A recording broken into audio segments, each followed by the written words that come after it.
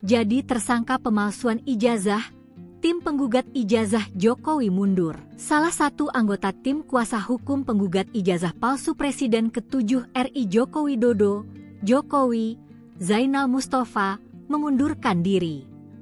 Zainal mundur setelah ditetapkan sebagai tersangka dalam kasus dugaan ijazah palsu oleh Polres Sukoharjo. Dia tegas menyatakan mundur dari tim kuasa hukum penggugat karena ingin fokus menyelesaikan perkara yang dihadapinya.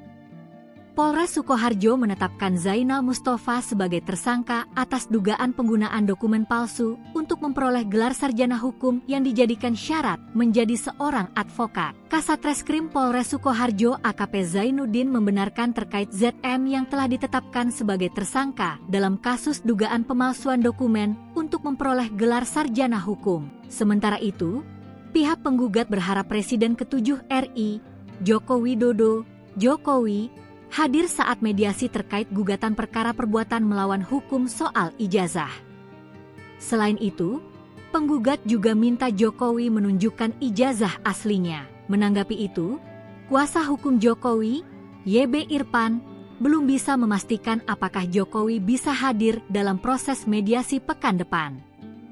Ia menjelaskan, secara aturan tidak masalah jika Jokowi tidak hadir secara pribadi dalam proses mediasi. Sebab, Jokowi telah menunjuk kuasa hukum.